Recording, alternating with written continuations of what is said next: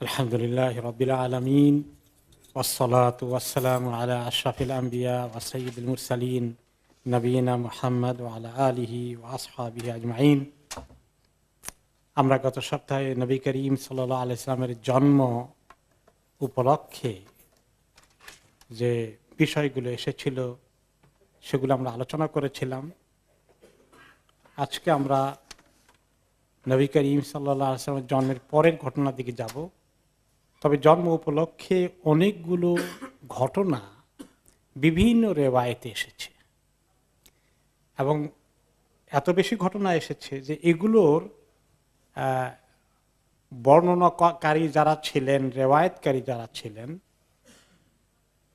কারা ছিলেন, কিভাবে এসেছে, এগুলাকে এত চেক করা যায়নি।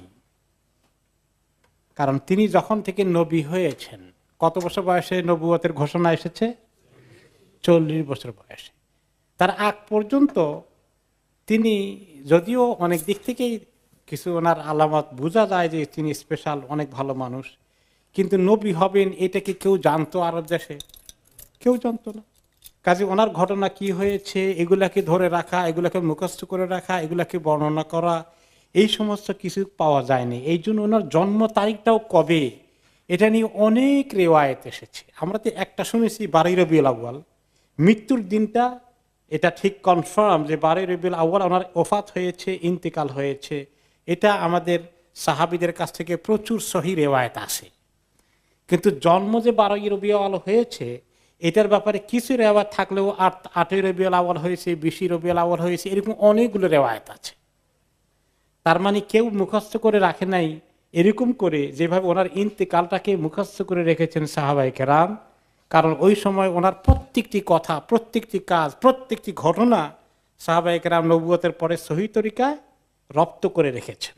তার আগের ঘটনা, 40 বছরের আগের ঘটনাগুলো, এগুলো উড়া উড়া খবর পাওয়া যায়। কিছু জিনিস পরবর্তী পর্যায়ে অনেক লোকেরা অ্যাড করেছে। এই জন্য ইমাম ইবনে কাসির রহমতুল্লাহ আলাই ওনার ঐতিহাসিক গ্রন্থ যেটা বলা হয় আল বিদায়াতুন নিহায়া, এখানে অনেকগুলো অলৌকিক ঘটনা উল্লেখ করেছেন, করে করে বলেছেন যে এগুলোর কোনো গোড়া পাওয়া যায় না, সহি রেওয়ায়াতে কোনো পাওয়া যায় না। অল্প কিছু যেগুলো আমরা আলোচনা করেছি এইগুলোর ব্যাপারে মোটামুটি অল্প কিছু ঘটনা সহি তরিকায় এসেছে। যেমন একটা ঘটনা আমরা পড়েছি বিভিন্ন নিজেরা বাংলা জবানে, আরবিতেও কোনো কিতাবে আছে যে ওনার জন্মের সাথে সাথেই পারস্য দেশের সম্রাটের সিংহাসন একদম কেঁপে উঠেছে। এটার কোনো সহি রেওয়ায়েত পাওয়া যায় না। এভাবে করে ইরানের যারা পারসিক ধর্মের অনুসারী ছিল তাদের মাবুদ হচ্ছে আগুন, আগুনটা হঠাৎ করে নিভে গেছে, এর কোনো সহি রেওয়ায়েত পাওয়া যায় না। এরকম করে অনেকগুলো ঘটনা এসেছে। আবু লাহাবের ঘটনা বলেছিলেন এক ভাই, যে আবু লাহাব এই খবর শোনার পরে কি করেছিলেন, তার দাসীকে মুক্ত করে দিয়েছেন। এইরকম ঘটনাগুলো, এবং এই ফলে তার আযাবের কিছু কমতি হয়ে যাবে, এরকম কোনো ঘটনার খবর সহি রেওয়ায়েতে পাওয়া যায় না। এরকম অনেক।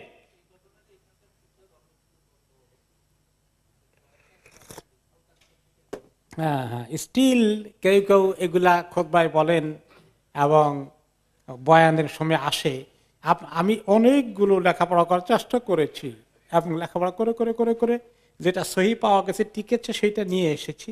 আর যেগুলোর ব্যাপারে মন্তব্য এসেছে যে এইগুলো ঘটনা বর্ণিত হয়েছে কিন্তু এগুলা সহি কোনো সনদ খুঁজে পাওয়া যাচ্ছে না, সেগুলোকে ওলামায়ে কেরাম, নির্ভরযোগ্য বিশ্বস্ত ওলামায়ে কেরাম ওগুলাকে গ্রহণ করেন নাই। কারণ হচ্ছে যে নবী করিম সাল্লাল্লাহু আলাইহি ওয়াসাল্লাম বলেছেন, যে ব্যক্তি আমার বিষয়ে আমি বলেছি আমার কোনো কাজকে মিথ্যা বলে প্রচার করে, মিথ্যা কোনো কাজকে প্রচার করে দেয় যেটা আসলে আমার সঙ্গে সম্পর্কিত নয় বা আমি বলিনি, তাহলে সেই জন্য জাহান্নামে তার ঠিকানা জোগাড় করে। এই জন্য যারা মুহাক্কিক ওলামায়ে কেরাম, বড় বড় ইমামরা এই সমস্ত ঘটনা বর্ণনা করার ক্ষেত্রে খুব সাবধান থেকেছেন। শুধু সহিগুলোকে বর্ণনা করেছেন, যেগুলো সহি হিসাবে প্রমাণিত হয়নি ওগুলা কিতাবে লেখলেও ইমাম ইবনে কাসির রহমতুল্লাহ পরে বলেছেন যে এই ঘটনাগুলোর কোনো ঐতিহাসিক ভিত্তি, প্রমাণ, দলিল, রেওয়ায়েত, বর্ণনাকারী সহি কোনো তরিকা পাওয়া যায়নি। নূর কথা এসেছে অনেক রেওয়ায়েতে যে ওনার জন্মের পরেই মানে একেবারে ইরাক মানে সিরিয়া এলাকায় নূর ছড়িয়ে পড়েছিল। এটাকে কেউ কেউ নিয়ে আবার বলেন যে ও তাই তো, এই জন্যই তো নবী করিম সাল্লাল্লাহু আলাইহি সাল্লাম নূরের তৈরি, মানুষ না। এখন উল্টা দিকে চলে গেল। তো আল্লাহ তাআলা ওনাকে, ওনার ঘটনা জন্মের মধ্যে অনেক কিছুই যেগুলা ছিল সহিহ রিওয়ায়াতে, যেমন আমেনা ওনার মা বলেছেন যে আমি শুনেছি যে মহিলারা যখন সন্তান পেটে আসে অনেক কমপ্লিকেশন হয়, অনেক কষ্ট পায়, ব্যথা ইত্যাদি অনুভব করে। আমি মোহাম্মদকে পেটে রাখার সময় আমি কোনো কষ্ট অনুভব করিনি। এটা সত্য ঘটনা। তো এগুলো স্পেশাল কিছু আল্লাহ তাআলা ওনাকে দিয়েছেন। আমরা বলেছি ওনার জন্মের পরে উনি ওনার হাত দুটো সেজদার মতো মাথাটাকে উঁচু করে আকাশের দিকে তাকিয়েছেন, এই ঘটনা সত্য। তো যেগুলো সহিহ রিওয়ায়াতে পাওয়া যাচ্ছে এগুলো ঠিক, এরকম নূর ছড়িয়ে পড়েছে। এটা আল্লাহ তাআলার একটা নিদর্শন যে ওনার এই দিন, যে দিন তিনি নিয়ে আসবেন, যে ওয়াহী তিনি পাবেন, সেগুলো কি নূর। আল ইসলামু নূরুন ওয়াল কুফরু যুলুমাত। তো কাজে ইসলামটাই নূর, আলোকিত। ওনার মাধ্যমে ইসলাম দুনিয়াতে আসবে, এইটার একটা আভাস আল্লাহ তাআলা দিয়েছেন। এই কারণে উনি রক্তে মাংসের গড়া মানুষ না, উনি নূরের তৈরি অন্য একটা জগতের মানুষ। এরকম চিন্তা করা, এটা কোনো মুহাক্কিক উলামায়ে কেরাম এইরকম ঘটনার খবর না কোনো সাহাবী দিয়েছেন, না কোনো তাবেঈ দিয়েছেন, না ইমাম আবু হানিফা, ইমাম মালিক, ইমাম শাফিঈ, আহমদ বিন হাম্বল, ইমাম বুখারী, কেউ এই জাতীয় কোনো জিনিস কোনোদিন আলোচনা করেননি। যেগুলো আমাদের দেশে অনেকেই বলে যে তিনি নূরের তৈরি, ওই একটা ঐতিহাসিক ঘটনা থেকে নিয়ে সেটা যোগ করে দিয়ে বলে দিল। যাই হোক, এই জন্ম সংক্রান্ত আলোচনা আমরা গত সপ্তাহে মেনলি করেছি। জন্মের পরে যে ঘটনা, তার জন্ম সংক্রান্ত যে একটা ঘটনা এখানে চলে আসে, সেটা হচ্ছে খেতান।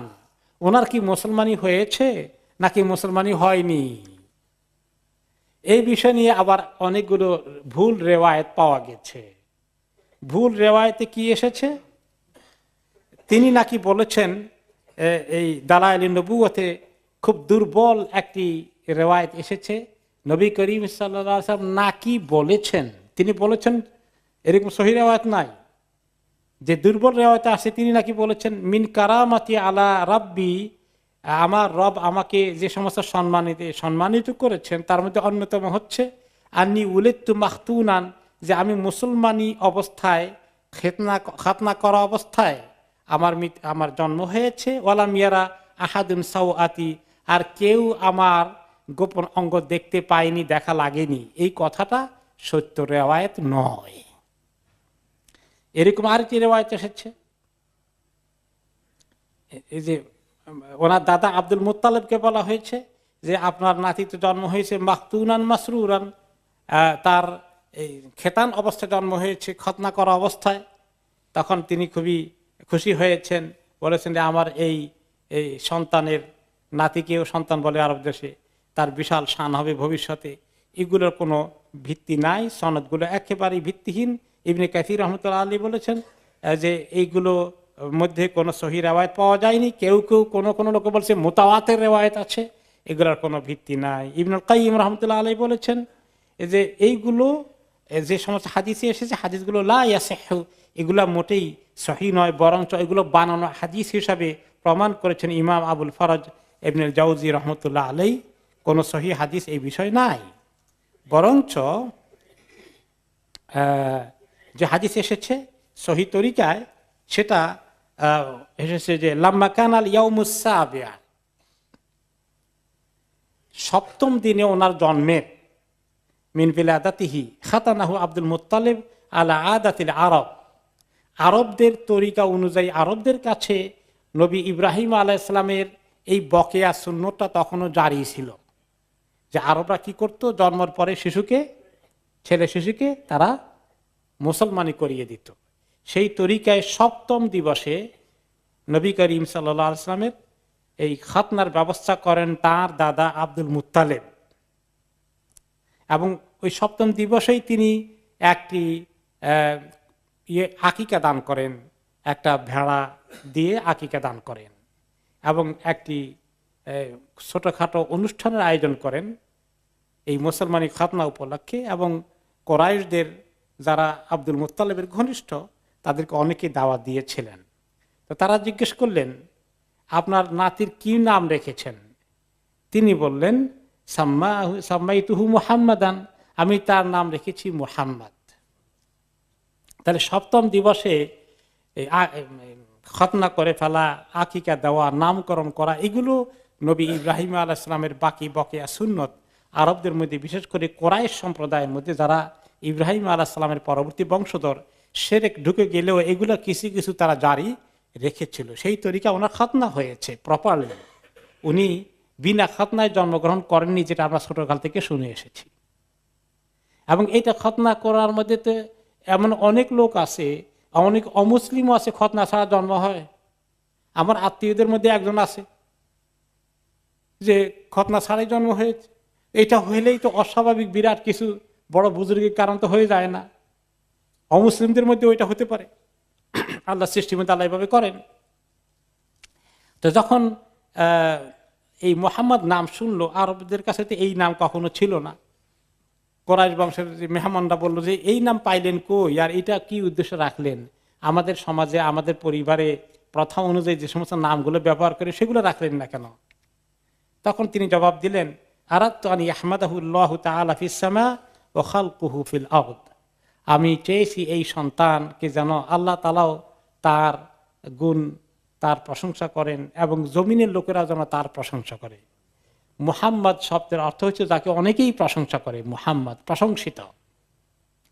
অন্য রিওয়ায়াতে এসছে যে আব্দুল মুত্তালিব যখন শাম দেশে গিয়েছিলেন, সিরিয়ায় ব্যবসা বাণিজ্য করার জন্য, তার সঙ্গে আরো 3 জন ছিল, মোট 4 জন একসঙ্গে গিয়েছিলেন। তো সেখানে তাদের সঙ্গে দেখা হয় একজন খ্রিস্টান যাজকের সঙ্গে। তারা নবী করিম সাল্লাল্লাহু আলাইহি সাল্লামের জন্ম উপলক্ষে পৃথিবীর পরিবেশ পরিস্থিতি কি হবে, এগুলা ওই সমাজের কিতাবে লেখা ছিল কিছু, ওগুলো লক্ষণ আস্তে আস্তে আসছে। তখন তারা এই যে জায়গায় আসবে সেই জায়গার লক্ষণও তাদের কাছে আসছে। ওই জায়গা থেকেই যখন 4 জন গিয়েছে আব্দুল মুত্তালিব সাহেব ব্যবসা করার জন্য, তখন বললেন, মিন আইনা আনতুম, তোমরা কোন দেশ থেকে এসেছ সিরিয়া ব্যবসা করতে? তারা বললেন, নাহনু মিন মাক্কা, আমরা মক্কা এলাকা থেকে এসেছি। তখন সেই খ্রিস্ট যাজক বললেন, ইন্না বেলাদাকুম সায়াখরুজু মিনহা নবিয়্যুন, তোমাদের এই অঞ্চল থেকে একদিন আখিরি নবী আসবেন। তারা জিজ্ঞেস করে, সেই নবীর নাম কি হবে? তখন ওই খ্রিস্ট যাজক উত্তর দিলেন, তার নাম হবে মুহাম্মদ। এই নামটাই আব্দুল মুত্তালিবের মাথায় ঢুকেছে এবং এর অর্থ তিনি আরবিতে বুঝেন, সেটাই তিনি রেখেছেন বলে কোন কোন রেওয়ায়েতে এসেছে। যাই হোক, মেইন কথা হলো যে আব্দুল মুত্তালিব তার নাম রেখেছেন মুহাম্মদ। আর বাকি যে 3 জন ছিল ওখান থেকে ওনার সঙ্গী ব্যবসা বাণিজ্য করতে গিয়েছে, তারাও 3 জনও যখন তাদের ছেলে হয়েছে, তারাও তাদের 3 ছেলের নাম রেখেছিলেন মুহাম্মদ। যে কার ভাগ্যে জোটে এটা। কিন্তু সব মোহাম্মদ কি আর ওই মোহাম্মদ হয় নাকি? যাকে আল্লাহ নিযুক্ত করে রেখেছেন তিনি আসল মোহাম্মদ হয়েছেন। তাহলে 7ম দিনে ওনার মুসলমানি হয়ে গেল, খেতান হয়ে গেল এবং ওনার নামটাও কনফার্ম হয়ে গেল। আর আসলে আমাদের হাদিসে তো তাই, নবী করিম সাল্লাল্লাহু আলাইহি ওয়াসাল্লাম বলেছেন 7ম দিবসে নাম রাখো, 7ম দিবসে আকিকা করো, এবং কোন কোন হাদিসে 7ম দিবসে 7 দিনের দিনই খতনা করার কথা এসেছে। তাহলে উনি তো একেবারে নতুন সব শরীয়ত নিয়ে আসেন নাই, তাই না? তিনি তো ইব্রাহিম আলাইহিস সালামের শরীয়তের অনেক কিছু, মুসা আলাইহিস সালাম, ঈসা আলাইহিস সালামের অরিজিনাল শরীয়তের বিষয়গুলো তো প্রায় নবীদের ক্ষেত্রে একই ছিল, অনেকগুলো বিষয়। এই জন্য ওনাকে আমরা যে মিল্লাতের অনুসারী হব, নবী করিম সাল্লাল্লাহু আলাইহি সাল্লামকে আল্লাহ তাআলা বলেছেন আলা মিল্লাতি ইব্রাহিম। কাজেই এতে বোঝা যায় যে সমস্ত নবীরাই অনেকগুলো এই সমস্ত শরীয়তের হুকুম আহকামের মধ্যে মানে অল্প কিছু বিষয় পরিবর্তন পরবর্তী পর্যায়ে হলেও অরিজিনালিটি কিন্তু অনেকগুলো মিল আছে সমস্ত নবীদের শরীয়তের মধ্যে। এরপরে আসে ওনার দুগ্ধ পান, ওনার দুধ মা জোগাড় করা। এটা দুধ মা জোগাড় করার দরকার হলো কেন, তাই না? এটা একটা প্রশ্ন আসে না? নিজের মাকে রেখে হালিমাকে দিতে হয়েছে কেন, এটা একটা প্রশ্ন আসে কিনা? আসে।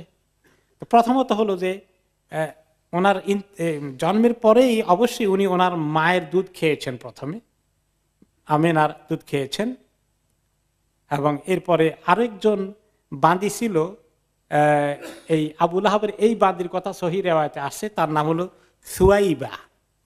আবু লাহাবের বাঁদির তখন কোলে বাচ্চা ছিল, তো সেও এই মুহাম্মদ সাল্লাল্লাহু আলাইহি সাল্লামকে বাল্যে বয়সে দুধ খাওয়াইয়েছেন।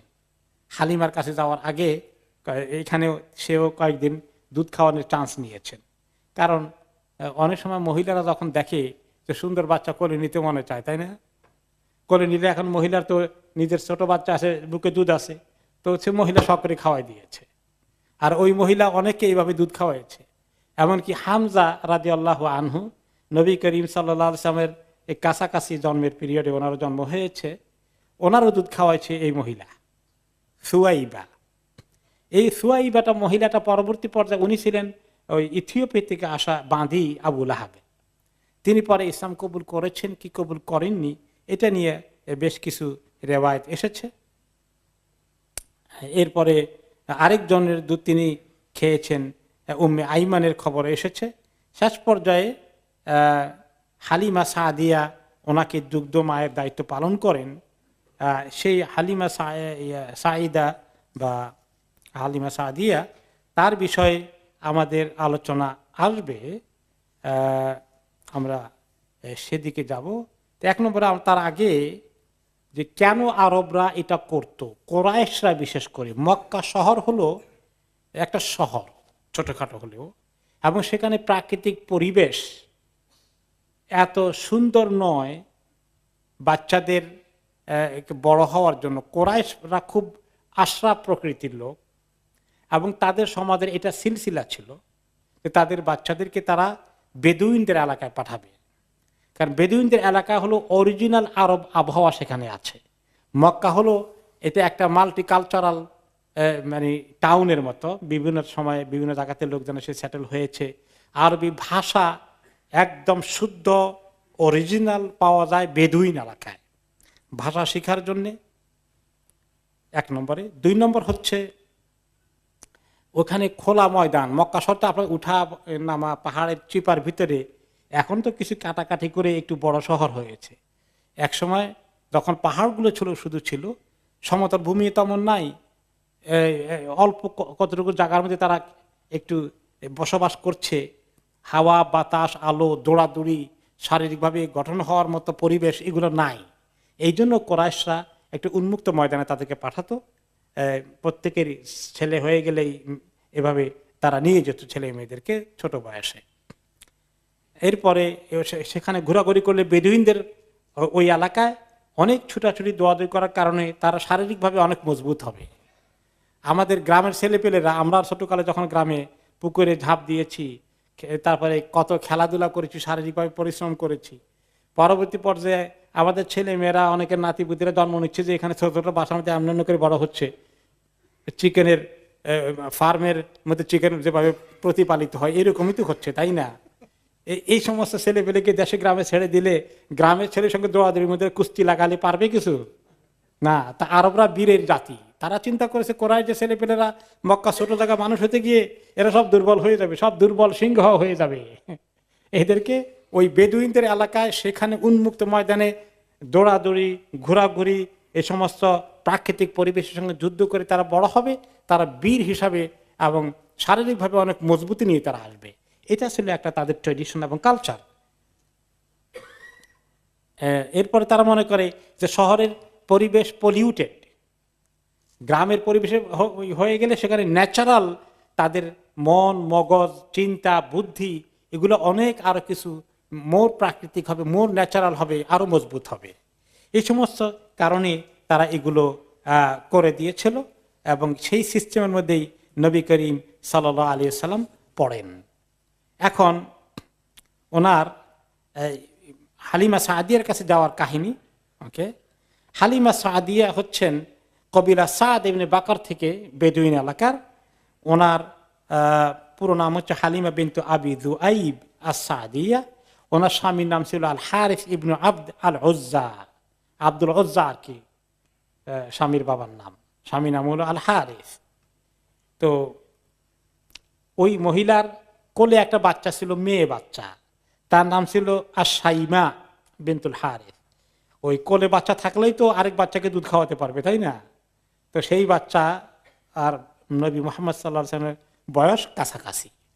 তো মহিলা কিভাবে মুহাম্মদ সাল্লাল্লাহু আলাইহি ওয়াসাল্লামকে নিলেন, কিভাবে পেলেন, তার কাহিনী তিনি বলছেন। তারা বেদুইন এলাকার গরিব মানুষ এবং তাদের বড় ভালো কোনো ইনকাম ছিল না। ওই কবিলার লোকেরা টাইম টু টাইম মক্কায় আসতো এবং কোরাইশ শরীফ বংশের লোকদের এই সন্তানকে তারা দেবে দুগ্ধ পান করানোর জন্য, এই চান্সটা নেওয়ার জন্য তারা মাঝে মধ্যে তাদের মধ্যে থেকে এইভাবে আসতো। তো এক সফরে তারা একসঙ্গে আসে। হালিমার সঙ্গে আরো অনেক এরকম মারা ছিলেন যারা বিভিন্ন মৌসুমে 1 মাস 2 মাস 3 মাস পরে মক্কা আসতেন যে কারো সন্তান হয়েছে কিনা তারা নিয়ে যাবেন। তো তার পুরো স্টোরিটা তিনি নিজেই পরবর্তী পর্যায়ে বর্ণনা করেছেন। ওকে, তিনি বলেন যে তিনি বের হয়েছেন তার এই কবিলা থেকে, এলাকা থেকে, বেদুইন গোত্র থেকে বনি সাদের আরো অনেকগুলো মানুষের সঙ্গে এসেছিলেন মক্কায়। এবং এমন একটা সময় ছিল ওই বৎসর তিনি যখন আসেন, বিশেষ করে তখন ফিসানাতিন শাহবা, দুর্ভিক্ষের বৎসর। দুর্ভিক্ষের কারণে তাদের কবিলায় আরো বেশি তারা অভাবে পড়ে যায়। তখন তারা বাধ্য হয়ে অনেকেই মক্কার দিকে আসে। আমি যখন আসলাম আমার স্বামীকে নিয়ে, আমরা একটা গাধা ছিল, আমাদের গাধাটাও খুব দুর্বল হয়ে গেছে, কারণ দুর্ভিক্ষের কারণে ও খরার কারণে, অনাবৃষ্টির কারণে এলাকায় যে কিছু ঘাস টাস হওয়ার কথা সেগুলো হচ্ছিল না, যার ফলে আমরা খুব কষ্টের দিন যাচ্ছিল অভাব অনটনে। আর আমার কলিজের সন্তান ছিল, এই সন্তানটা ঠিকমতো খানা দানা না পেয়ে, দুধ না পেয়ে, এই ছেলেটাও সারা রাত্র কাঁদতো, ঘুমাইতেও পারতাম না। এই কষ্টের মধ্যে আসছি যে কোরাইশ বংশের ভালো ধনী পরিবারের একটা ছেলে পেলে পাওয়া গেলে তারা যে টাকা পয়সা খানা দানা দেবে, এগুলা উপলক্ষে আমাদেরও কিছু একটু জীবন বাঁচানোর একটু সম্বল হবে। তারপরে বলে যে বাচ্চা তো আনতে গিয়েছি, আমার বাচ্চাই তো মানে আমার বুকের দুধ পায় না, কেমনি যে আরেক বাচ্চাকে খাওয়াবো, কিন্তু এখন যান বাঁচানোর জন্য তো গেছি আনতে বাচ্চা। ওকে, এরপরে আমি আসলাম মক্কা। এসে আমরা এখন খুঁজতেছি কারা কারা সন্তান কোলে আছে এবং তারা অপেক্ষায় আছে দুধ মার কাছে দেবে। তো আমরা যে কয়জন এসেছি সবাই খবর পেল যে এরকম ঘুরে ঘুরে বাড়ি বাড়ি দেখছে কার সন্তান আছে। তো নবী মুহাম্মদ সাল্লাল্লাহু আলাইহি সাল্লামের খবরও পাওয়া গেল যে আমিনার সন্তান আছে, তারা দেওয়ার অপেক্ষায় আছে। তো সব মহিলারাই দেখলো, দেখে কেউ আমিনার এই সন্তানকে নেয় না, আমিও নেই নাই। যে ছেলে এতিম, তার বাবার কাছ থেকে পাওয়ার সুযোগ নেই, দাদা আছে, একটা দাদা কি ঘোড়ার ডিম দেবে? এটা বাবা থাকলে বড় বিজনেসম্যান, কিছু ধনী পয়সাওয়ালা, এরকম খুঁজতেছি আমরা, কারণ আমাদের তো মতলব আছে, আমরা কিছু পাওয়া দরকার। তো এই এতিমের মা কি দেবে আমাদেরকে? ওকে, সো কদ উরিদা আলাইহা রাসূলুল্লাহ সাল্লাল্লাহু আলাইহি ওয়াসাল্লাম ফাতাবাহু ইযা কিলা লাহা আন্নাহু ইয়াতীম। এতিম শুনে সবাই আমরা তাকে রিজেক্ট করেছি। ওকে ওকে, এরপরে ঘুরতে ঘুরতে দেখা গেল যে আমার সঙ্গের সাথী মহিলারা মোটামুটি একটা একটা করে অন্যান্য পরিবার থেকে পছন্দ মতো পেয়ে গেছে। এখন আমার কপালে একটা বাচ্চাও জুটলো না, আমি একদম আর কারো বাচ্চা নাই। এখন শেষ পর্যন্ত ওই যে রিজেক্ট করেছিলাম মোহাম্মদ, সে রয়ে গেল। আমার হাজব্যান্ড ইন্টারেস্টেড না তাকে নিতে, আমিও ইন্টারেস্টেড না। কিন্তু যখন কিছুই পেলাম না, তখন আমি আমার হাজব্যান্ডকে বললাম, কুলতুলি সাহিবি, আমার হাজব্যান্ডকে বললাম, আল্লাহ ইন্নী আকরাহু আন আরজিআ মিন বাইনি সাওয়াহিবি, যে সবাই একটা করে বাচ্চা নিয়ে যাচ্ছে আর আমি খালি হাতে চলে যাবো, সবাই আমাকে বলবে তোমার কপালই খারাপ, তুমি কপাল পোড়া মানুষ। আমি এই ব্লেমটা না নিয়ে আল্লাহ বাসা একটা নিয়ে যাই, এতিমটাকে নিয়ে যাই, ফালা আখুদান্নাহু, দেখে তাক আল্লাহ কি করে। তো স্বামীও ভালো মানুষ, সে বললো যে লা আলাইকি আনতা ফাআলি আসাল্লাহ নিয়ে জালানা ফিহি বারাকা। ভালোই বলছো, আমার মনে নিয়ে নাও, হয়তো আল্লাহ তাআলা কোনো বরকত এই এতিমের ছেলে দিতেও পারে। মোশরেক থাকলেও বেচারা, আব্দুল ওজ্জা তার নাম, ওজ্জার বান্দা, তারপরে তো আল্লাহকে চিনে। ওই যে ইব্রাহিম আলাইহিস সালামের রেখে যাওয়া আল্লাহকে তারা কিছু কিছু রেখেছে, আর অন্য অন্য জায়গায় তারা কি করেছে, শিরক ঢুকিয়েছে। যাই হোক, তখন মহিলা বললেন, দুইজনে পরামর্শ করে ফাযাহাবতু ইলাইহি ফাআখাযতু, দুইজনে পরামর্শ করে তখন গিয়ে নিলাম আমিনা থেকে। ওমা হামালানি আলা আখযিহি ইল্লা আন্নী লাম আজিদ গায়রাহু, যে নেওয়ার কোনো আকর্ষণ ছিল না, একটাই যে আর যখন কিছুই পেলাম না, তো না পাওয়ার চেয়ে তো মন্দের ভালো হিসাবে নিলাম, আর কি করব। আমাদের দেশে কি বলে, নাই মামার চেয়ে কানা মামাও ভালো। ক্বালাত ফালাম্মা আখাযতুহু রাজা'তু বিহি ইলা রাহলি, আমি তাকে কোলে করে নিয়ে আমার এই যে মরা মরা গাধা সেটার মধ্যে গিয়ে উঠলাম। ফালাম্মা ওয়াদা'তু ফি হিজরি আকবালা আলাইহি সাদায়া বিমা শাআ মিন লাবান, আমি তার কোলে নেওয়ার সাথে সাথেই দেখি যে আমার স্তনে দুধে এখন ভর্তি হয়ে যাচ্ছে, এবং তার যে সে আমার স্তনে মুখ লাগালো, ফাশারিবা হাত্তা রাউইয়া, সুবহানাল্লাহ, সে এমন ভাবে দুধ পান করতে থাকলো যে তার পেট ভরে গেল। ওয়াশারিবা মাহু আখুহু হাত্তা রাউইয়া, তার সঙ্গে দুধ ভাই বা দুধ বোন, কোন কোন রেওয়ায়েতে যে হালিমার সন্তান কন্যা ছিল, কোন কোন রেওয়ায়েতে হালিমার সন্তানটা ছেলে ছিল, যেটাই ছিল সেটাও এখন পান করে মাশাআল্লাহ তারও পেট ভরে গেল। সুম্মা নামা, সফরের আগে আমরা যে রাত্রে ঘুমালাম, এখানে অনেক দূর থেকে সফর করে এসেছি, এই রাতে আমরা এই জীবনের মতো ঘুমালাম, এই প্রথম এতদিন পরে মনে হয় যেন। ওমা কুন্না নানামু মাহু কাবলা যালিকা, এর আগে এই ছোট বাচ্চা আমাকে যে ডিস্টার্ব করতো, সারা রাত কাঁদতো, আমি ঘুমাতে পারতাম না। এই নবী মুহাম্মদকে নিয়ে আসার কারণে আজকে রাতে আমার বাচ্চাও জনমের মতো ঘুম দিল, আর আমরা শান্তি করে ঘুমালাম। ওকে, তারপরে আমার স্বামীর সঙ্গে যে উটটা ছিল, যেটা শহরে সে আসছিল, সে উটটাও যে এত দুর্বল, এই উটের মানে দুধ থাকার কথা, কি দুধ দেবে, উটের ডান নিয়ে তো টানাটানি। ফাইদা হিয়া হাফিলুন, আর সকালবেলায় উঠে দেখি যে উটটার মধ্যে এত দুধ ভর্তি হয়ে গেছে এখন। তারপরে ফাহালাবা মিনহা ওয়াশারিবা ওয়াশারিবতু মাহু, তারপরে এই এত দুধ পাওয়া গেল সেদিন, সেও পান করলো আমার স্বামী, আমিও পান করলাম, আমাদের পেট ভর্তি হয়ে গেল। আরবদের জানেন তো অন্যতম খাবার ছিল কি, উটের দুধ, আর কি খেজুর আর পানি, এই ছিল তাদের অনেক সময় মেইন খাবার। তারপরে যে এই রাত্রটা আমাদের এত সুন্দর কাটলো, সকালে আমরা এত সুন্দর করে উঠলাম মাশাআল্লাহ। তখন আমার স্বামী আমাকে বললেন, ইয়া হালিমা লাকাদ আখাযতি নাসমাতান মুবারাকা, হালিমা, মনে হয় তুমি একটা পবিত্র রূহের সন্ধান পেয়েছো। এই বাচ্চা একটা পবিত্র কিছু, তার অত্যন্ত মুবারক, এই very special, something not ordinary. ক্বালাত ফাকুলতু আল্লাহি ইন্নী লা আরজু যালিক, তখন হালিমা বলে, আমি বললাম আশা করছি আল্লাহর রহমতে আমরা এরকম কিছু আল্লাহ আমাদের কিসমতে জুটে দিয়েছে। সুম্মা খারাজনা ওয়া রাকিবতু আতানি ওয়া হামালতুহু আলাইহা মাই, এরপরে বাচ্চাকে কোলে নিয়ে আমরা সকাল সকাল উঠে রওনা করে দিলাম, আমাদের গ্রামের দিকে রওনা করে দিলাম। ফাওয়াল্লাহি লাকাতাতু বিরাকবি মা ইয়াকদিরু আলাইহা শাইউম মিন আমরিহিম হাত্তা ইন্না সাওয়াহিবি আল্লাহ ইয়াকুলনা লি ইয়া ইবনাতা আবি দুআইব ওয়াইহাকি আর বেঈ আলাইনা, আমরা যখন রওনা করে দিয়েছি, আমার মরা গাধায় যেন জান খুঁজে পেয়েছে, কি দ্রুত গতিতে আবার যাচ্ছে, কত শক্তি হয়ে গেছে মনে হয় গাধার শরীরে, এখন দ্রুত গতিতে যাচ্ছে। এবং আমার সঙ্গে যারা এই সঙ্গীরা এসেছিলেন, মহিলারা বাচ্চা কলোনি নেওয়ার জন্য, সবাই বলে যে হালিমা কি ব্যাপার, তোমার এত ছুটা ছুটছো কেন, কিভাবে, তুমি থামো। আলাইসা থাদিহি আতানুকি ইল্লাতি কুনতি খারাজতি আলাইহা, তোমার ওই গাধা না যেটা নিয়ে আসছিলা, এটা তো পিছনে পড়েছিল সব সময়, আসার সময়, আগে আগে যাও, ঘটনা কি? ফাআকুলু লাহুন্না বালা ওয়াল্লাহি, হ্যাঁ গাধা পাল্টাই নাই, ওই গাধাই আছে, আল্লাহর কসম, ইন্নাহা লাহিয়া হিয়া, সেই গাধাই। ফায়াকুলনা আল্লাহি ইন্নাল্লাহা লাশাআনান, বলে যে আহেরে হালিমা তো কপাল মনে হয় খুলে গেছে, কি যে সে নিয়ে আসছে কোন জিনিস, যার কারণে হালিমার দেখি কপাল খুলে গেল।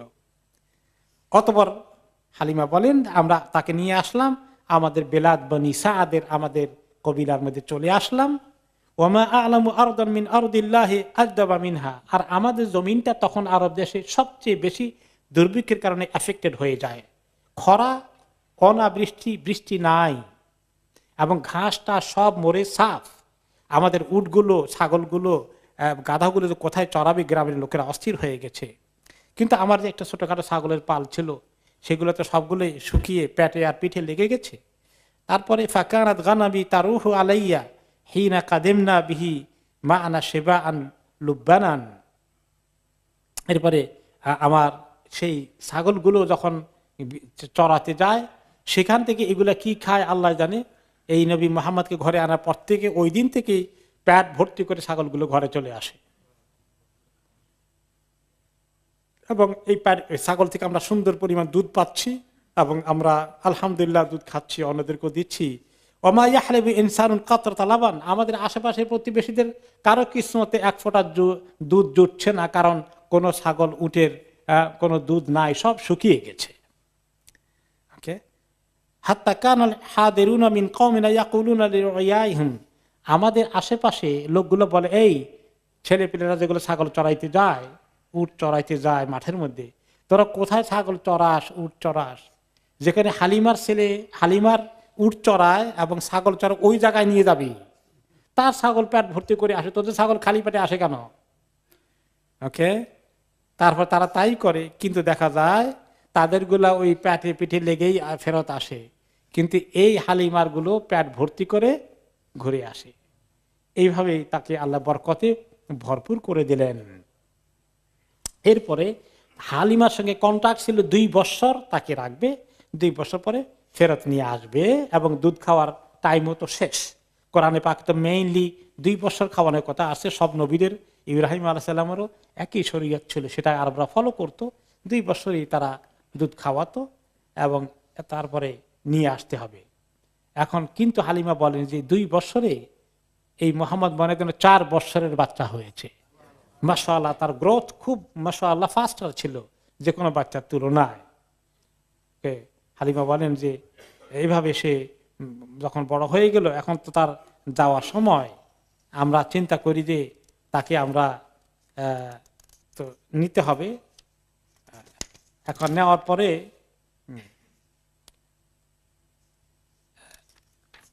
যখন 2 বছর পুরা হয়ে গেল, তখন তো তিনি নিয়ে গেলেন। নিয়ে যাওয়ার পরে চিন্তা করলেন যে এখন বাচ্চাকে যদি দিয়ে দেই তাহলে আমরা সব বরকত মিস করে ফেলব, কি করা যায়? তখন অনেক বুঝালেন, ওয়াদা তো কন্ট্রাক্ট ঠিক রাখতে হয়, 2 বছরের মাথায় পুরো হয়ে গেছে, দিয়ে আসতে হবে। নিয়ে আসছে, আসার পরে বললেন আমিনাকে, শোনেন বাচ্চা তো নিয়ে আসছি কথা মতো, কিন্তু এখন আপনাদের মক্কায় এই মুহূর্তে একটা কিছু একটা চলতেছিল, একটা রোগের প্রাদুর্ভাব আছে, যে সে তো বাইরে ছিল, এখন হঠাৎ করে এই রোগের এক ধরনের যেটা চলতেছে, এই সিজনটা অন্তত পার করা পর্যন্ত, শেষ হওয়া পর্যন্ত মনে হয় আমাদের কাছে আপনি দিয়ে দিলেই ভালো হবে, কারণ এখন আমরা সেফ ফিল করতেছি না। সে এমন একটা জায়গা থেকে আসে, হঠাৎ করে যখন এখানে ঢুকবে মক্কার বাতাস তাকে অসুস্থ করে ফেলে কিনা। আমিনা এই কথা দ্বারা কনভিন্স হয়ে গেলেন, যদিও সন্তানের মায়া উনি ছাড়তে কষ্ট হচ্ছে, তারপরে সন্তানের সেফটির কথা চিন্তা করে তাদেরকে তিনি পাঠিয়ে দিয়ে দিলেন। আবার হালিমা খুশি হয়ে বাচ্চাকে নিয়ে আসলো। হালিমা বলেন ফাকাদিমনা বিহি আলা উম্মিহি জাইরিন আলাহা, যে বাচ্চাকে নিয়ে তো আসলাম তার মায়ের কাছে, ওয়া নাহনু আহরাসু শাইইন আলা মুকসিহি ফিনা, কিন্তু আমরা চাচ্ছিলাম যে কিভাবে তার কোন বুদ্ধি করে আবার ফেরত নেই। ওয়া লিমা কুননা নারা মিন বারাকাতিহি, যে তার উপস্থিতি আমাদেরকে কিভাবে বরকতে ভরপুর করে দিয়েছিল। ফাকাল্লামনা উম্মাহু, তার মাকে বললাম লাউ তারাকতি বুনাইয়া ইনদি হাত্তা ইয়াগলুদা ফাইনি আখশা আলাইহি ওয়াবা মাক্কা, আমার মনে হয় যে আমার কাছে আর কিছুদিন রেখে দেন, মক্কা যে সমস্ত টাইম টু টাইম একটা রোগের প্রাদুর্ভাব ঘটে, এগুলো হজম করার মতো আর একটু শক্তিশালী হোক, মানে আরো কিছু সময়, হয়তো 1 বছর 2 বছর এরকম কিছু লম্বা একটা টাইম আমাদের কাছে দিয়ে দেন। হালিমা দিতে চাচ্ছিলেন না। ফালাম নাজাল বিহা হাত্তা রাদ্দাতহু মানা, আমরা অনেকক্ষণ থাকলাম, বহু যুক্তি দিয়ে শেষ পর্যন্ত ওনাকে কনভিন্স করে ফেললাম। কনভিন্স করলে আবার বনি সাআদে আমাদের পরিবারে আমরা নিয়ে আসলাম। তো এখানে আসার পরে প্রায় মাস 3 থাকলো। এর মধ্যে একটা বড় ঘটনা ঘটে যায়, ওনার সিনা চাকের ঘটনা ঘটে। সেটা কিভাবে ঘটে?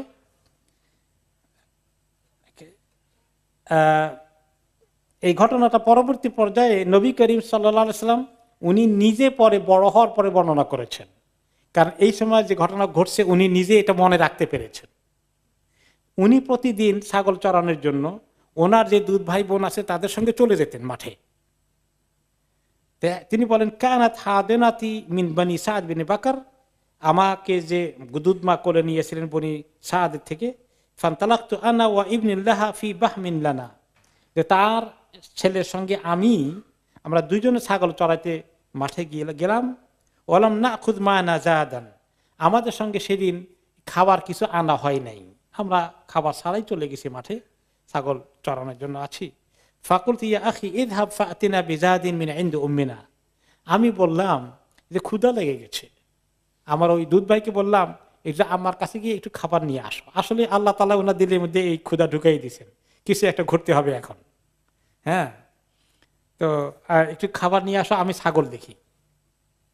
ফান্তালাকা আখি, আমার দুধ ভাইটি চলে গেল আমিনার কাছে, সরি হালিমার কাছে। ওমা কাস্তু ইনদাল বাহাম, আমি ছাগল পাহারা দিচ্ছি। ফাআকবালা তায়রানি আবিয়াদানি, মনে হচ্ছে দুটা সাদা পাখির মতো আসলো উড়ে আমার কাছে, আসলে ফেরেশতা। কান্নাহুমা নাসরানি, সাইজ দেখলে প্রথমে মনে হলো যে চিল আছে না, চিল পাখি এরকম একটা সাইজের মতো। তারপরে তারা জমিনে এসে কথা বলছে, এটা শুরুতে হয়েছিল, পরে হয়তো তারা মানুষের মতোই হয়ে গেছে। ফান্তালাকা, ওকে, ফাকালা আহাদুহুমা লিসাহিবিহি আহুয়া হুয়া, এই দুইটা আমার কাছে এসে বলে, একজন বলে আরেকজনকে উনি নাকি, এই এই এই ছেলেই নাকি, এই ছেলে, মানে যাকে তাদের টার্গেট। আরেকজনকে ধরে অপারেশন করলে তো কাজ হবে না, রাইট পারসন কিনা তার আইডেন্টিটি চেক করছে তারা। করা না না না না ঠিকই, ইনি ইনি এই হবে। ফাআকবালা ইয়াতাবাদারানি, দুইজনে ধরে আমাকে শোয়াই দিল। ফাআখাযানি ফাবাতাহানি ইলাল কাফা, আমাকে চিৎ করে শোয়াই দিল জমিনের উপরে। ফাশাক্কা বাতনি, এবং আমার বুক থেকে পেট এর কদ্দুর পর্যন্ত চিরে ফেললো, কেটে ফেললো। কিন্তু উনি খুব বেশি ব্যথা পান নাই, রক্ত বাই হয় নাই। সুমাস্তাখরাজা কালবি, অতঃপর আমার অন্তরটাকে, দিলটাকে, হাড়টাকে খুলে বের করে ফেললেন। ফাশাক্কাও, সেটাকে আবার তারা একটু ফাঁক করলেন, হাড়টাকে খুললেন কেটে। ফাআখরাজা মিনহু আলাকাতাইনি সাওদাওয়াইন, সেখানে দুটো কালো টুকরা ছিল হাটের ভিতরে, এই দুটোকে বের করে ফেললেন, ফেলে দিলেন। ফাকালা আহাদুহুমা লিসাহিবি ইতিনি বিমা'i সালজিন, একজন আরেকজনকে বলে যে বরফওয়ালা পানিটা নিয়ে আসো। তারপরে তারা বরফওয়ালা পানি দিয়ে আমার হাতটাকে ধুইলেন এবং আমার ভিতরে যেখানে অপারেশন করলেন ওই এরিয়াটাকে ধুয়ে ফেললেন। কোন কোন রেওয়ায়েতে আসছে জমজমের পানি নিয়ে আসছিলেন এবং সেটাকে বরফ দিয়ে ঠান্ডা করে নিয়ে আসছিলেন। এরপরে বললেন ইতিনি বিসাকিনা ফাযাররাহা ফি কলবি, বলে সাকিনাটা নিয়ে আসো। সাকিনা মানে প্রশান্তি, প্রশান্তিটা দাও, আমার দিলের ভিতরে প্রশান্তি ঢুকিয়ে দিলেন। সুম্মা ক্বালা আহাদুহুমা লিসাহিবি হুসহু, যে এখন বলে যে হ্যাঁ কমপ্লিট হয়ে গেছে, এখন আবার সেলাই করে দাও। তখন সেলাই করে দিলেন, অপারেশন কমপ্লিট, এখন সেলাই করে দিল, ওনার হাড়কে ধুয়ে টুয়ে সাফ করে দিয়ে ঢুকিয়ে দিল। ওয়া খাতামা আলাইহি বিখাতামিন নবুওয়া, এবং পিঠের মধ্যে নবুয়তের একটা সিল দিয়ে চলে গেল। সুমান তালাকা ও তারাকানি, তারা দুজনে চলে গেলেন এবং আমাকে একলাই রেখে গেলেন। ও ফারেকতু ফারকান শাদীদা, এবং আমি প্রচন্ড ঘাবড়িয়ে গেলাম, ভয় পেয়ে গেলাম। কি হলো, তারা দুজনে আমাকে অপারেশন করলো, শোয়াইয়ে কাটাকাটি করে কি করলো না করলো, এরা কে, কি সমাচার, আমি তো ভয় প্রচন্ড ভাবে ঘাবড়িয়ে গেলাম। দৌড়ে গেলাম আমার আম্মার কাছে, মানে দুধমার কাছে, বললাম যে আমি যা কিছু ফেস করেছি। তো এখন তিনি মা খুব ভয় পেয়ে গেলেন, ঘাবড়িয়ে গেলেন। তিনি মনে করলেন জিন ভূতে ভূতে আমার ধরে শেষ করে দিছে, মহাচিন্তায় পড়ে গেলেন।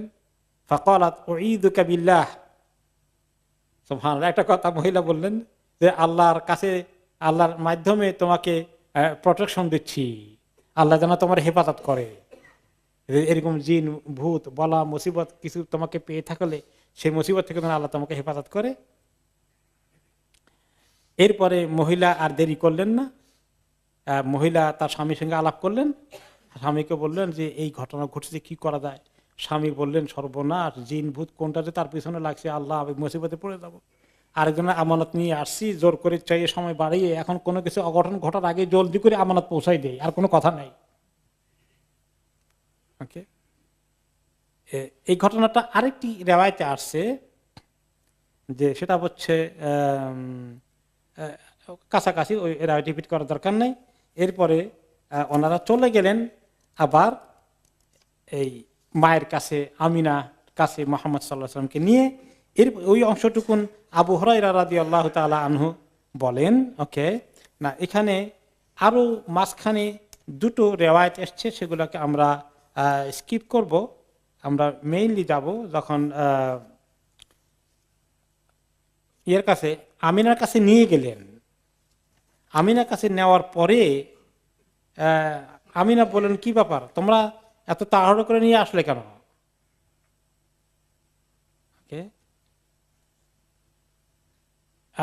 তোমরা নিয়ে গেলা, তাকে অনেকদিন রাখবা, কিন্তু এখন দেখি জলদি করে নিয়ে এসেছ।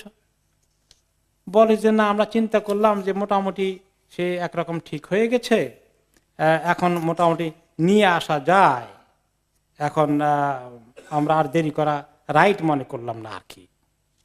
ওকে ওকে ইয়া হালিমা লাকাদ খাশিতু আন ইয়াকুনা হাদাল গোলাম কাদ উসিব। তার স্বামী বলতেছিল যে হে হালিমা, মনে হয় যেন এই কোনো একটা মুসিবতে পড়ে গেছে, তার পিছনে জিনভূত কিছু লেগে গেছে। ফাআল হাকিয়া বিআহলিহি ক্বাবলা আন ইয়াযহারা যালিকা বিহি।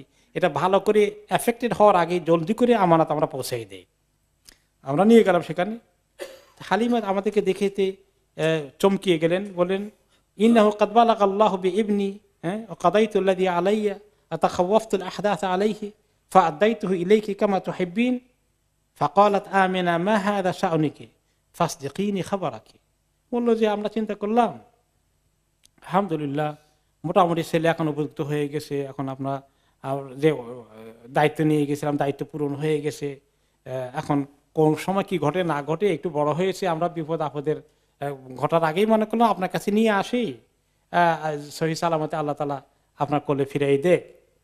তা আমিনা বলেন যে না, আমরা তখন নিয়ে গেছিলাম, তখন যেভাবে আগ্রহ করে নিয়ে গেলা আরো অনেকদিন রাখবা, এখন যে তাড়াতাড়ি করে নিয়ে আসো 3 মাসের মাথায়, ঘটনা কি আমাকে বলতে হবে? তোমরা কিছু লুকানোর চেষ্টা করছো মনে হয়। I am not convinced. ফাসদিকিনি খাবারাকি, আসল ঘটনা কি বলতে হবে আমাকে।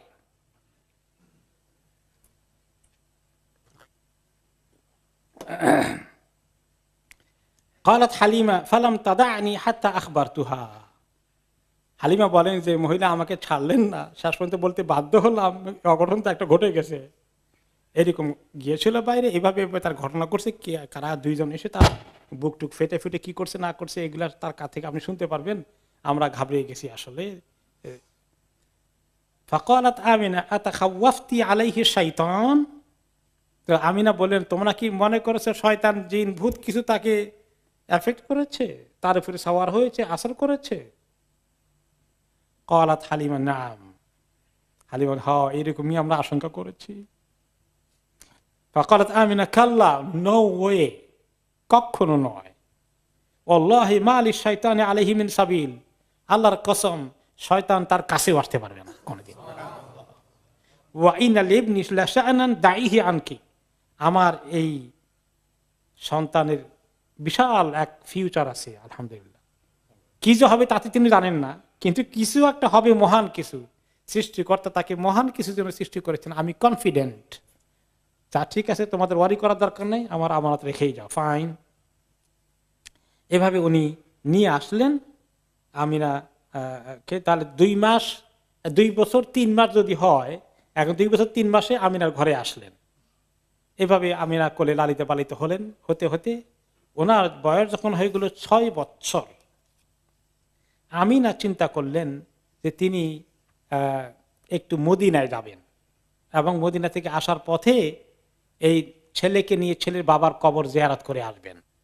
মদিনায় ওনার নানার গোষ্ঠী ইত্যাদি আছে, তাদের সঙ্গে দেখা যায়। বেড়াই টেড়াই আসার পথে তিনি আব্দুল্লাহ ইবনে আব্দুল মুত্তালিবের, নবী মুহাম্মদ সাল্লাল্লাহু আলাইহি ওয়াসাল্লামের পিতার কবর জিয়ারত করে আসার পথে তিনি যখন আবওয়া এলাকায় পৌঁছলেন, ওকে, এই সময় তিনি খুব অসুস্থ হয়ে পড়লেন,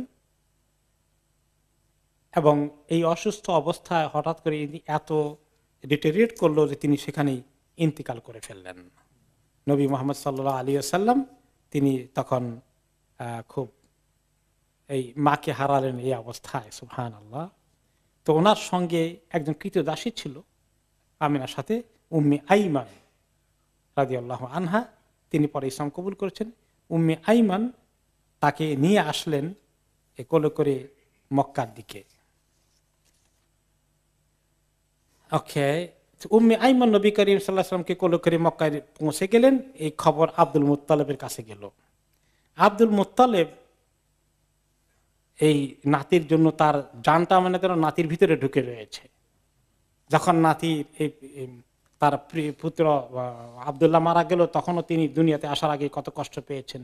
এই নাতিকে তিনি অনেক আদর যত্ন করেছেন। আর এই এতিম নাতি তার মাকে হারালো। যেই মক্কায় পৌঁছে গেছে, আব্দুল মুত্তালিব ধরে তাকে জড়িয়ে ধরলেন বুকের সাথে, খুবই তার জন্য সিম্প্যাথি ফিল করলেন এবং তাকে এত পাশে পাশে রেখে মানুষ করতে থাকলেন যে এই এতিমের মাও নাই, বাবা তো নাই, মাও নাই। তখন তিনি তার মাও হয়ে গেলেন, বাবাও হয়ে গেলেন মনে হয় যেন। তাকে ছাড়েন না, সব জায়গায় তাকে নিয়ে যান।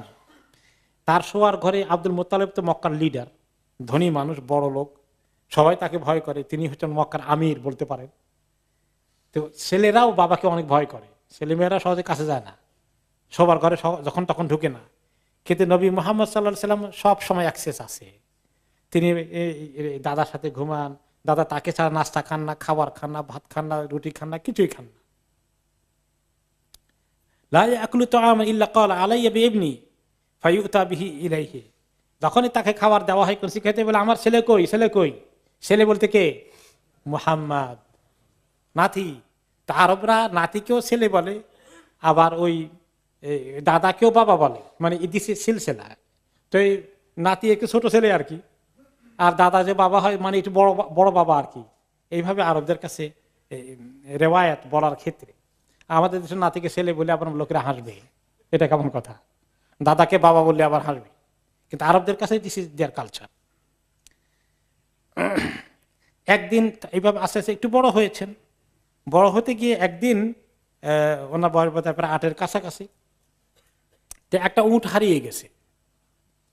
তো তিনি ওনার এই নাতিকে বলে যে দেখো তো উটটা কোন দিকে গেছে, ওদিকে ছিল, একটু খুঁজে আসো। উট খুঁজতে গিয়ে এখন মোহাম্মদ সহজে আসছেন না, অনেক দেরি হয়ে গেছে। হায় রে আব্দুল মুত্তালিবের পেরেশানি, চারিদিকে লোক পাঠিয়ে দিয়েছে। এরপরে এক লোক বলেন, কিন্দির ইবনে সাঈদ ইবনে আবি বলেন যে আমি জাহিলি জমানে হজ করেছিলাম বা জিয়ারত করতেছিলাম বা ওমরা করছিলাম, রায় করছিলাম। ওই সময় আমি যখন তাওয়াফ করছি দেখি যে একটা লোক কবিতার 2টা লাইন পড়ছে আর আল্লাহর কাছে দোয়া করছে। তাওয়াফ করতে করতে কি দোয়া করে? রব্বি রুদ্দা ইলাইয়া রাকিবি মুহাম্মাদান রুদ্দাহু ইলাইয়া ওয়াস্তানা ইনদি ইয়াদান। ও আল্লাহ, এই মুহাম্মদকে আমার কাছে ফেরত দিয়ে দেন, আমার মুহাম্মদ যে হারিয়ে গেল। যেই সে অনেকক্ষণ আসে নাই, সে চিন্তা করেছে কোনো দুশ্মন তাকে হাইজ্যাক করে নিয়ে গেল কিনা, ছেলে ধরারা নিয়ে গেল কিনা, না কোনো বাঘে খেয়ে ফেললো, উঠ খুঁজতে খুঁজে কোন জায়গায় গিয়েছে। এখন সে আল্লাহকে ধরছে, তাও করতে করতে বলছে যে আল্লাহ, মোহাম্মদকে আমার কাছে ফেরত দেন, সে আমার হাতের লাঠি, আল্লাহ আমার লাঠিটা যেন ফেরত আসে। ফাকুল তুমান হাদা, আমি জিজ্ঞেস করলাম এই লোকটাকে। বললো আব্দুল মুত্তালিব ইবনে হাশিম। এই হলো আব্দুল মুত্তালিব। বাসা বে ইবনে ইবনিহি মুহাম্মদ ফি তালাবি ইবলিন লাহু। তার একটা উট হারিয়ে গিয়েছিল, পাঠিয়েছিল তার আব্দুল্লাহর ছেলে মুহাম্মদকে, তার নাতিকে উটের খোঁজ করতে। ওয়ালাম ইয়াবাসু ফি হাজাতিন ইল্লা আনজাহা ফিহা। ছোট হলেও তাকে এই জন্য পাঠিয়েছিল, আগে যখনই কিছু হারিয়ে যেত অন্য ছেলে পেলে গেলে খুঁজে পায় না, আর মুহাম্মদ গেলে তাড়াতাড়ি পেয়ে যায়, এই জন্য পাঠিয়েছিল বাচ্চাটাকে। এখন মোহাম্মদ হাঁটতে হাঁটতে দূরে চলে গেছেন, এখন ফেরত আসেন নাই, দেরি হয়ে যাচ্ছে, কি হলো না হলো এই চিন্তা সে এখন আল্লাহর ঘরে জোর দিয়েছে, আল্লাহকে ডাকাডাকি শুরু করে দিয়েছে। আলহামদুলিল্লাহ কিছুক্ষণের মধ্যেই নবী মুহাম্মদ সাল্লাল্লাহু আলাইহি ওয়াসাল্লাম হারানো উটটা নিয়ে ফেরত এসেছেন। কারণ উট যখন ধরতে গেছেন, উট খালি দোয়া করে ভাগার চেষ্টা করছে, এতে দেরি হয়ে গেছে, আননেসেসারি। উট নিয়ে ফেরত আসছে। যেই ফেরত আসছে, আব্দুল মুত্তালিব ধরে নবী মুহাম্মদ সাল্লাল্লাহু আলাইহি ওয়াসাল্লামকে গলায় দড়িয়ে ধরে বললেন, ইয়া বুনাই লাকাদ জাযাইতু আলাইকা জাযাআন লাম আজজাহু আলা শাইইন কাত। হায় রে মুহাম্মদ, তোমাকে হারিয়ে আমি এত পেরেশান হয়ে গিয়েছিলাম, আমি জীবনে কোনো জিনিস হারিয়ে এত পেরেশান হইনি, আমার কোন সন্তানকে আমি না দেখলে এত পেরেশান হইনি।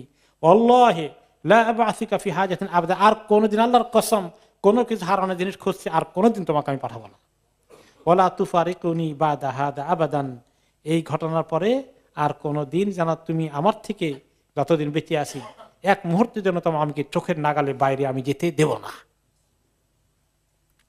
আব্দুল মুত্তালিব কি করতেন আরো, তার নিজের লিডার কাবার পাশে, কাবার ছায়ায় হেলান দিয়ে বসার জন্য তার একটা আসন ছিল ছোটখাটো, এটা সবাই জানতো আব্দুল মুত্তালিবের আসন। তার ছেলেপেলেরা রিল্যাক্স টাইমে বাবার চতুর্পাশে এসে বসতো, কিন্তু কারো সাহস হতো না কোনোদিন ওই বাবার আসনে গিয়ে একটু জায়গা নিয়ে বসবে। বাবার গদি আর কি, গদি বুঝছেন তো, গদিটা একটু সাইজে বড় আছে, তো ওখানে আরো দুই একজন বসতে পারে। ছোটখাটো ছেলেপেলে হলেও আব্দুল মুত্তালিবের ছেলে যদি বয়সে ছোট কেউ থাকে, কেউ সাহস করে ওখানে বসতো না। ওকে, কিন্তু রাসূল সাল্লাল্লাহু আলাইহি ওয়াসাল্লাম সেখানে গিয়ে বসতেন, কারণ আব্দুল মুত্তালিব টেনে নিয়ে সেখানে বসাতেন। কোনো কোনো সময় যখন সে চলে আসতো, ওনার সামনে মেহমান টেহমান আছে, অন্য লোকরা, অন্য কবিলা লোকেরা দেখা করতে এসেছে, তো ছেলেপেলেরা বলতো, চাচারা বলতো, তুমি এখন ওইদিকে থাকো, লোক আসছে ওনার কাছে, এখন যাইও না। আব্দুল মুত্তালিব বলতেন, নো দাউ ইবনি ইয়াজলিস, আমার এই নাতিকে নিয়ে আসো, আমার পাশে বসবে, no don't take him away, নিয়ে আসো। ফাওয়াল্লাহি ইন্নাল্লাহু শাআনান, আল্লাহর কসম তার একটা বিশাল ফিউচার আছে, ভবিষ্যতে আল্লাহ তাকে অনেক বড় শানদার কিছু করবেন। অতঃপর তার এই বিছানায় বসাতো এবং তার পিঠে হাত বলিয়ে দিয়ে আদর করতো। ওয়াসুরহুমা ইয়ারাহু ইয়াসনা, দেখতো খালি মোহাম্মদ কি করে, কলিজার টুকরাটা যখন কি করে দেখতে মনে চায় না? আমাদের নিজেদের ছোটখাটো মানুষের নাতি দেখলেও যেরকম ভাবে আদর করতে মনে চায়, এতে আমার নাতিটা খায় কেমনে, কথা বলে কেমনে, নাতিটা হাঁটে কেমনে, দেখতে মনে চায়। আব্দুল মুত্তালিব এইভাবে শুধু তাদেরকে তাকিয়ে থাকতেন। এই অবস্থায় 8 বছর বয়সে পৌঁছলেন রাসূলুল্লাহ সাল্লাল্লাহু আলাইহি সাল্লাম। আর 8 বছর বয়সে আব্দুল মুত্তালিবের ইন্তেকাল হয়ে গেল। ওকে, এখন আব্দুল মুত্তালিব ওসিয়ত করে গেলে যাওয়ার সময় তার এই দায়িত্ব কে নিবে, তখন আবু তালেবকে তিনি ওসিয়ত করলেন। আবু তালেব হলেন আব্দুল মুত্তালিবের অন্যতম ভালো ছেলে, এবং সেই মক্কার লিডার হলেন তার পিতার মৃত্যুর পরে আবু তালেব, এবং তাকে অনেক শক্ত করে ওসিয়ত করেছেন। ওকে, রাইট। এরপরে এই আবু তালেবের সঙ্গে ওনার সম্পর্ক কাটলো, তিনিও তাকে খুবই মহব্বত করতেন। ওয়াকানা আবু তালেব লাম্মা তুফি আব্দুল মুত্তালিব কাবাদা আবু তালেব রাসূলুল্লাহ সাল্লাল্লাহু আলাইহি ওয়াসাল্লাম ইলাইহি। আব্দুল মুত্তালিবের মৃত্যুর পরে আবু তালেব মুহাম্মদ সাল্লাল্লাহু আলাইহি ওয়াসাল্লামকে খুব আদর করে তার কেয়ারবে নিয়ে গেলেন, তার দায়িত্বে নিয়ে গেলেন। ফাকানা ইয়াকুনু মাআহু, সব সময় ছায়ার মতো ওনার সঙ্গে সঙ্গ দিতেন। ওখানে আবু তালেব লা মাআলা লাহু, আবু তালেব অবশ্য অর্থনৈতিকভাবে তেমন আব্দুল মুত্তালিবের মতো ধনী ছিলেন না, তিনি কিছুটা গরিব ছিলেন। ওয়াকানা ইউহিব্বু রাসূলুল্লাহ সাল্লাল্লাহু আলাইহি ওয়াসাল্লাম শাদীদান লা হুব্বান শাদীদান লা ইউহিব্বু ওয়ালাদা, নিজের ছেলেপেলেদেরকে এত আদর করতেন না এই ভাতিজা মুহাম্মদ সাল্লাল্লাহু আলাইহি ওয়াসাল্লামকে যত আদর করতেন আবু তালেব। ওয়াকানা লা ইয়ানামু ইল্লা ইলা জামবিহি, আবু তালেব এই ভাতিজাকে পাশে না নিয়ে ঘুমাইতেন না। ওয়ায়াখরুজু ফায়াখরুজু মাআহু, কোন দিকে নিয়ে গেলে তাকে সাথে নিয়ে যেতেন। ওয়াকানা ইয়াখুসু বিত্তাআম, খাবার দাবারে স্পেশাল খাবারটা তাকে নিয়ে খেতেন, তাকে খাওয়াতেন। ওয়াকানা ইযা আকালা আইয়ালু আবু তালিব জামিয়ান আও ফুরাদা লাম ইয়াশবাউ। ওকে, আবু তালেব যেহেতু গরিব ছিলেন, তারা যখন খাওয়া দাওয়ার করতেন এই মুহাম্মদ সাল্লাল্লাহু আলাইহি ওয়াসাল্লামের দায়িত্ব নেওয়ার আগে, তখন তাদের পেট ভরে ফ্যামিলি একসঙ্গে পেট ভরে কোনোদিন খেয়েছে এরকম ঘটনা ঘটে নাই। ইযা আকালা মাহুম রাসূলুল্লাহ শাবিউ, যখন থেকে রাসূলুল্লাহ সাল্লাল্লাহু আলাইহি ওয়াসাল্লাম তাদের সঙ্গে খেতে বসতেন, তখন সবাই পেট ভরে খাওয়া শেষ করে উঠতে পারতেন। ফাকানা ইযা আরাদা আন ইউযিয়াহুম ক্বালা কামা আনতুম হাত্তা ইয়াহদুরা ইবনি, খাবার রেডি হয়ে গেলে বলতেন আবু তালেব, এই খবরদার কেউ খাবার হাত দিবে না, এখন ওয়াইট ওয়াইট ওয়াইট, অপেক্ষা করো, মোহাম্মদকে ডেকে নিয়ে আসো জলদি করে, যদি কোনো সময় দেরি হতো। সে খাওয়া শুরু করলে তারপর খাবা, তাহলে খাওয়ার পর কত পেট ভরে উঠতে পারবা, নতুবা ওই খাওয়ার পেট ভরবে না তোমাদের কারো। ফায়াতি রাসূলুল্লাহ সাল্লাল্লাহু আলাইহি ওয়াসাল্লাম ফায়াকুলু মাহুম, একসঙ্গে খেত। এভাবে মুহাম্মদ সাল্লাল্লাহু আলাইহি ওয়াসাল্লাম একটু বড় হলেন। হতে হতে আবু তালেব চিন্তা করলো যে আমার তো টাকা পয়সা টানাটানি একটু ব্যবসা বাণিজ্যে যাই, আরবের কোরাইশদের একটা সিরিয়াতে ব্যবসা বাণিজ্য করার যে টেন্ডেন্সি আছে, এখন সেই বিজনেসে আবু তালেব যাওয়ার সিদ্ধান্ত নিলেন। আর চিন্তা করলেন আমার সঙ্গে তো মোহাম্মদ আছে, তাকে নিয়েই আমি যাই। তিনি এবারে বিজনেসের জন্য শাম দেশে রওনা করলেন। নবী করিম সাল্লাল্লাহু আলাইহি সাল্লাম কাফেলার সঙ্গে আরো কিছু কোরাইশদের লিডার ছিল, আবু তালেব সবাই গেলেন। এরপরে সেখানে গিয়ে তাদের সঙ্গে দেখা হয়ে গেল রাহেব নামে একটা বাহিরা নামে এক রাহেব, খ্রিস্ট সম্প্রদায়ের একজন লিডার। তার বিষয়ে কিছু হাদিস এসেছে। এই হাদিসটি কতটুকু সহিহ এটা নিয়ে কিছু ইখতিলাফ আছে। আমরা হাদিসটি আগে শুনে ফেলি, তারপরে এই হাদিসের উপরে মন্তব্য পরে আসবে ইনশাআল্লাহ।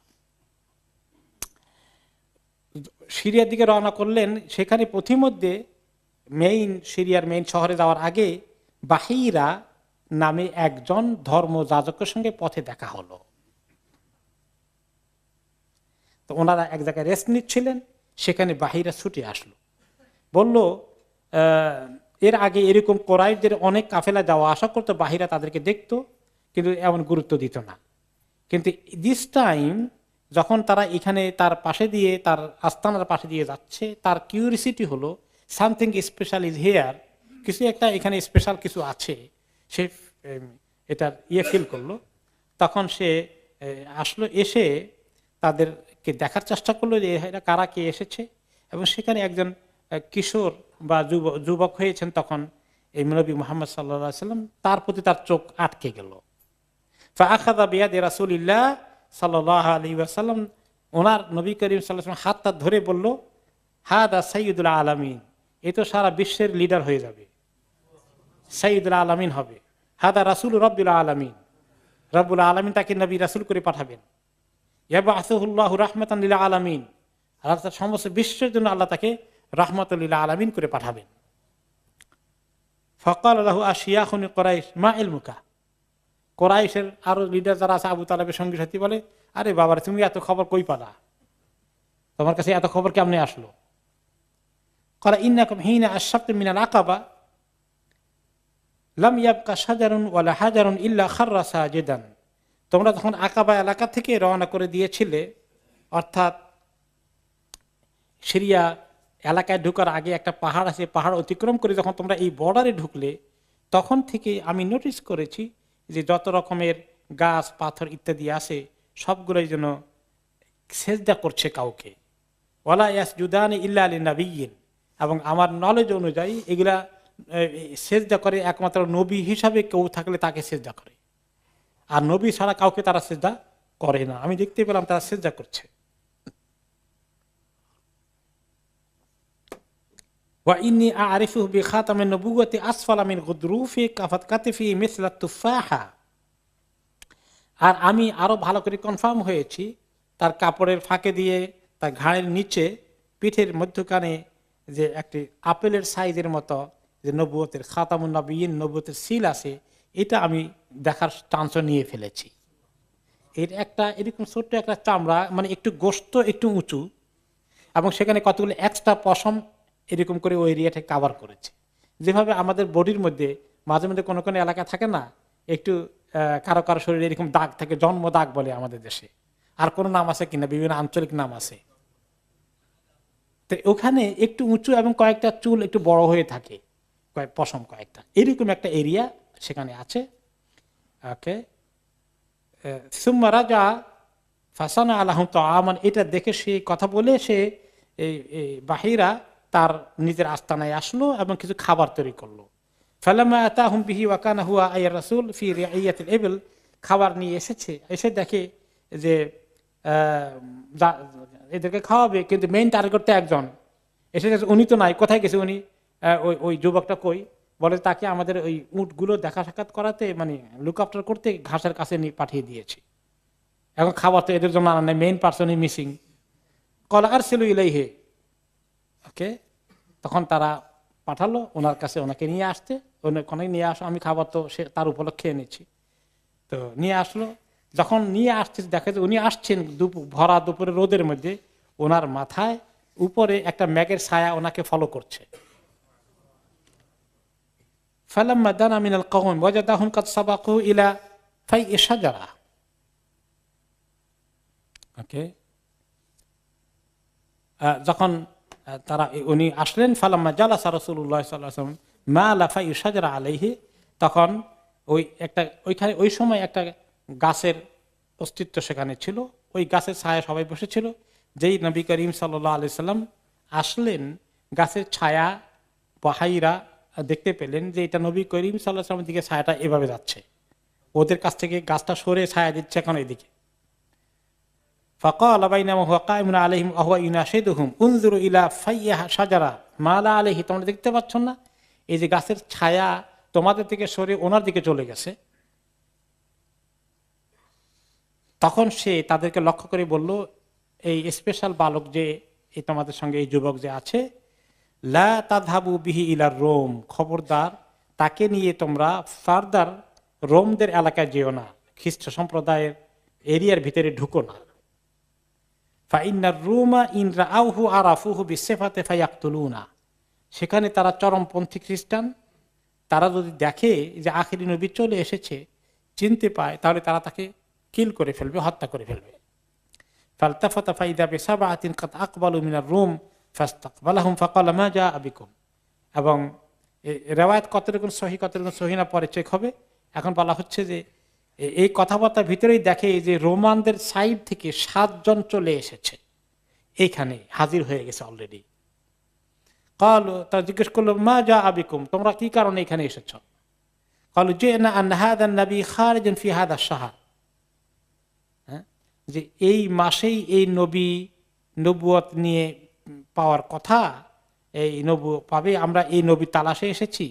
ফালাম ইয়াবকা তারিকুন ইল্লা বুইসা ইলাইহি বিউনাসিন, তার খোঁজে আমাদের সম্রাট চতুর্দিকে লোক পাঠিয়েছেন যে আরবদের কোন এলাকায় সে আছে তাকে খুঁজে বের করতে হবে। ওয়া ইন্না কাদ উখবিরনা খাবারহু, আমরা খবর পেয়েছি আরবদের কিছু লোক এখান দিয়ে বাণিজ্য কাফেলার সঙ্গে এসেছে, সেই জন্য আমরা এখানে আসলাম। ফাবুইসনা ইলা তারিকিকা হাযা ক্বালা ফাহাল খালফাকুম আহাদুন হুয়া খায়রুম মিনকুম। তো তখন অনেক কথাবার্তা হলো, হতে হতে শেষ পর্যন্ত বলল,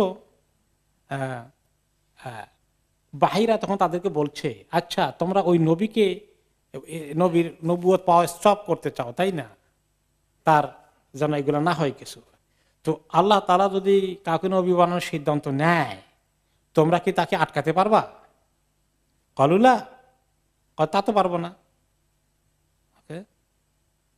এরপরে অনেক কথাবার্তা হলো, হতে হতে শেষ পর্যন্ত আবু তালেব বললেন যে এক কাজ করো, একে নিয়ে আমরা সামনের দিকে যাব না, তাকে নিয়ে ফেরত চলে যাও।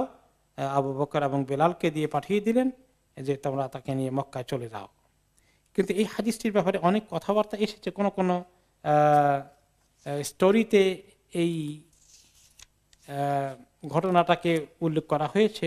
ইমাম ইবনে কাসির রহমতুল্লাহ আলাইহি এটাকে বলেছেন যে এই ঘটনাটা সনদ খুবই দুর্বল।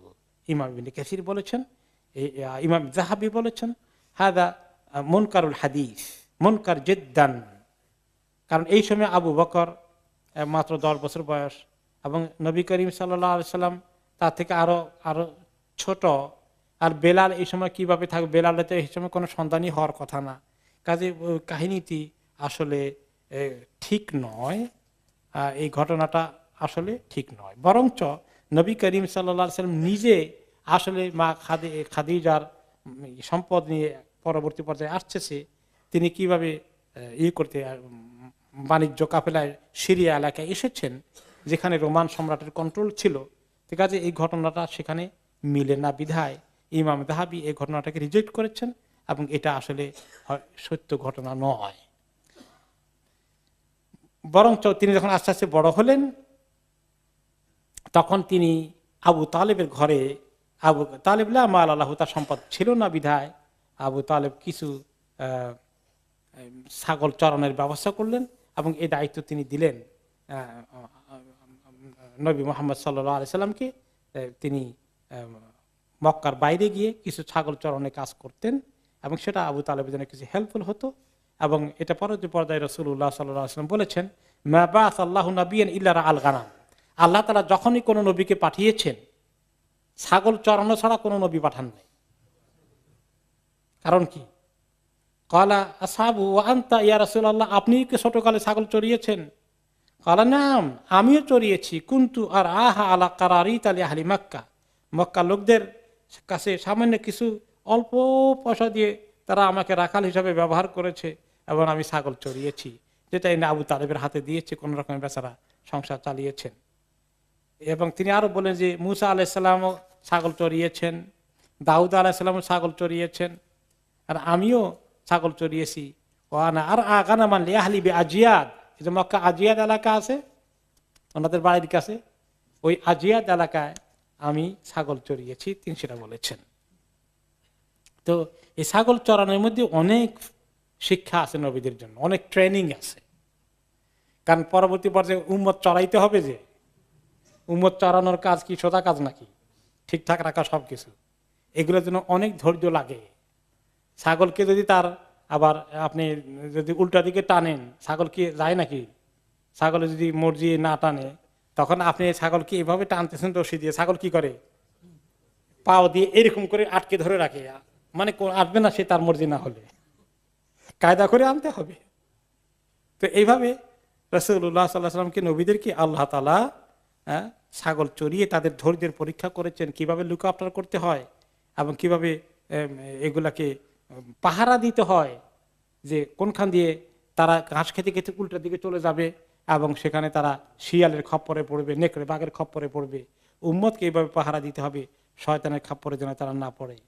এরপরে নবীরা নিজের হাতের কামায়, পরবর্তী পর্যায়ে তিনি নিজে আবু তালিবের মৃত্যুর পরেও ওনার সংসার চালানোর জন্য তিনি এই কাজ করেছেন, ছাগল চড়ানোর কাজ করেছেন, যে হালাল তরিকায়, যেটা যতই খুব উঁচু মানের জব না হলেও তিনি করেছেন, যে নিজের হাতের কামাই, মানুষের জন্য পবিত্র জিনিস, ভালো জিনিস, এগুলো উনি আল্লাহ তাআলা ওনাকে পরীক্ষা করিয়েছেন। এরপরে আমরা আজকে এখানে থাকবো, এবং পরবর্তী পর্যায়ে উনি যখন বড় হয়েছেন, প্রায় 15 বছর 20 বছর হয়, মক্কার মধ্যে বেশ কিছু ঘটনা ঘটে, বিভিন্ন যুদ্ধ হয়, এবং এই যুদ্ধগুলোর মধ্যে অনেক মানুষ মারা যায়, এবং যুদ্ধ থেকে থামানোর জন্য সন্ধির ব্যবস্থা আসে, হেলফুল ফুদুল, সেগুলোতে নবী করিম সাল্লাল্লাহু আলাইহি ওয়াসাল্লাম কিভাবে অংশগ্রহণ করেন। এরপরে খাদিজা রাদিয়াল্লাহু আনহুর টাকা পয়সা নিয়ে যখন নবী করিম সাল্লাল্লাহু আলাইহি ওয়াসাল্লাম মোটামুটি 20 পার হয়ে গিয়ে 25-এর কোঠায় পা দিয়েছেন, তিনি কিভাবে নিজেই ব্যবসা বাণিজ্যের জন্য তিনি এখন চিন্তা করলেন, এবং খাদিজা রাদিয়াল্লাহু আনহার মাল টাকা পয়সা নিয়ে তিনি এই পার্টনারশিপ বিজনেসে সিরিয়া বাণিজ্য গেলেন। এগুলো আমরা আগামী সপ্তাহে শুনবো ইনশাআল্লাহ। ওয়াবিল্লাহি তাওফীক।